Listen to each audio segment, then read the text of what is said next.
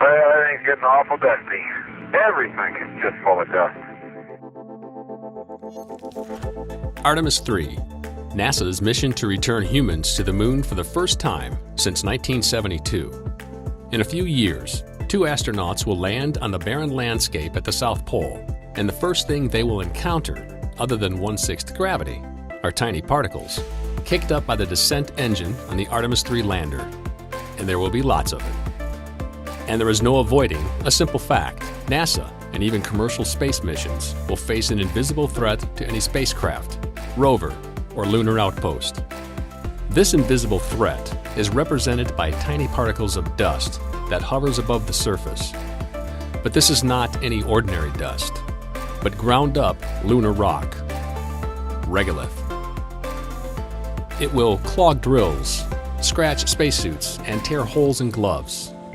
And because lunar regolith absorbs sunlight, electrostatic particles can cling to, well, everything.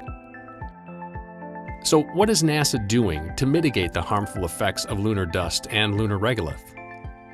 The Power and Propulsion Division has created the Lunar Development and Test Facility, offering lunar environment testing capabilities for subsystem and system hardware and assemblies.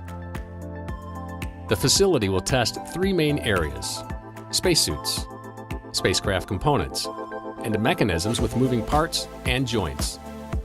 This unique facility enables a range of lunar environmental testing and research needs.